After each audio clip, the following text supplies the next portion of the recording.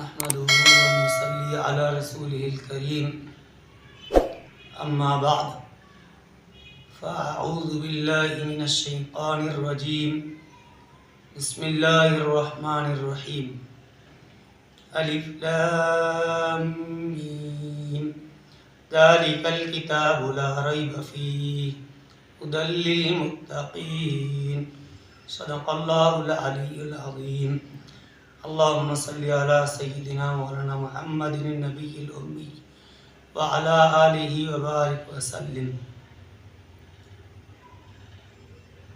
یہ اللہ تبارک و تعالی کی پاک کتاب قرآن مجید ہے، جس کی اتنی بڑی شان ہے کہ اللہ تبارک و تعالی نے اس کے بارے میں فرمایا ذالک الکتاب لا ریب فیہ، یہ اللہ کی وہ کتاب ہے جس میں کوئی شک نہیں ہے۔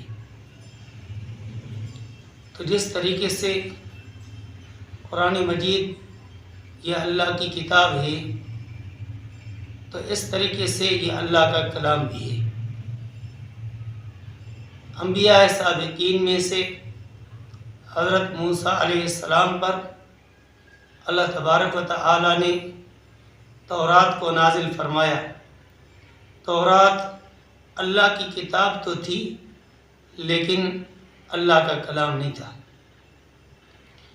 حضرت عیسیٰ علیہ السلام پر اللہ تبارک و تعالی نے انجیل کو نازل فرمایا۔ انجیل اللہ کی کتاب تو تھی، اللہ کا کلام نہیں تھا۔ حضرت داؤد علیہ السلام پر اللہ تبارک و تعالی نے زبور کو نازل فرمایا۔ زبور اللہ کی کتاب تو تھی، لیکن اللہ کا کلام نہیں تھا۔ رسول اللہ صلی اللہ علیہ وسلم پر اللہ تبارک و تعالی نے قرآن مجید کو نازل فرمایا۔ یہ قرآن مجید اللہ کی کتاب بھی ہے، اللہ کا کلام بھی ہے۔ اللہ کے کلام ہونے کا معنی یہ ہے کہ اللہ تبارک و تعالی نے اس کا خود تکلم فرمایا ہے۔ اللہ تعالی نے قرآن مجید کو خود پڑھا ہے۔ جیسے روایت میں آتا ہے کہ اللہ تبارک و تعالی نے اس زمین کے پیدا ہونے سے پہلے، اس آسمان کے پیدا ہونے سے پہلے، چاند ستاروں کے پیدا ہونے سے پہلے، سورج کے پیدا ہونے سے پہلے، پہاڑوں کے پیدا ہونے سے پہلے، دریاؤں اور سمندروں کے پیدا ہونے سے پہلے اللہ تبارک و تعالی نے اس قرآن کریم کی خود تلاوت فرمائی۔ صرف اس وقت اللہ کے فرشتے موجود تھے۔ اللہ تبارک و تعالی نے سورہ یاسین کی اور سورہ طٰہٰ کی تلاوت فرمائی۔ جب فرشتوں نے سنا تو فرشتے پوچھنے لگے، یا اللہ، ایسی پیاری کلام، ایسا پیارا کلام، یا اللہ، یہ کس امت پر نازل ہوگا، کس نبی پر نازل ہوگا؟ تو اللہ تبارک و تعالی نے فرمایا کہ میں اپنے پیارے اور آخری رسول صلی اللہ علیہ وسلم پر یہ نازل کروں گا، اور اس کی امت کی ہدایت اور رہنمائی کے لیے میں اس کو نازل کروں گا کہ قیامت تک اسی کی تعلیم چلے گی۔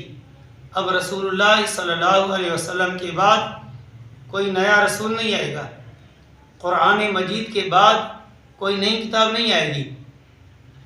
تو جب اللہ تبارک و تعالی نے یہ فرمایا تو فرشتے کہنے لگے، یا اللہ، مبارک ہو ان زبانوں کو جن زبانوں سے اس قرآن مجید کو پڑھا جائے گا، مبارک ہو ان سینوں کو جن سینوں میں اس قرآن مجید کو محفوظ کیا جائے گا، مبارک ہو اس امت کو جس امت کی ہدایت اور رہنمائی کے لیے یہ کتاب نازل ہوگی، مبارک ہو اس پیارے پیغمبر صلی اللہ علیہ وسلم کو جس پر یہ کتاب نازل ہوگی۔ تو اللہ تبارک و تعالی نے قرآن مجید کی خود تلاوت فرمائی۔ تو یہ اللہ کا کلام بھی ہے، اللہ کی کتاب بھی ہے۔ اللہ تعالیٰ نے فرمایا ذالک الکتاب لا ریب فیہ، ذالک، یہاں ذالک کا جو معنی ہے وہ ہے یہ وہ کتاب ہے جس میں کوئی شک نہیں ہے۔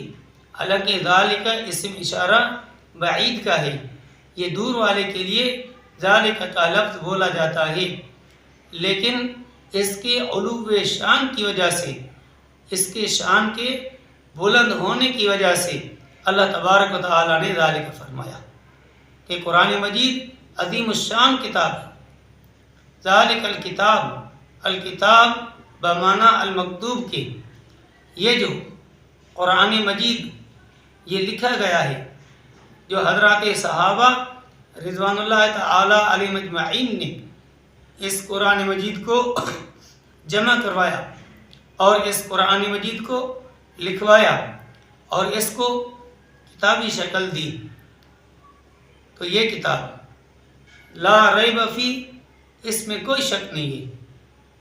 اس میں جب کوئی شک نہیں ہے تو سوال یہ پیدا ہوتا ہے کہ شک کرنے والوں نے تو شک کیا، یہود نے شک کیا، نصارہ نے شک کیا، غیر مسلمین نے شک کیا، لیکن اس کا جواب یہ ہے کہ ان کے دلوں میں شک تھا۔ جس طریقے سے کسی بندے کو کوئی بیماری ہوتی ہے، ایسے قسم کی کوئی بیماری ہوتی ہے جس کی وجہ سے اس کو پوری دنیا زرد نظر آتی ہے، دنیا کی ہر چیز اس کو زرد نظر آتی ہے، حالانکہ حقیقت یہ ہے کہ دنیا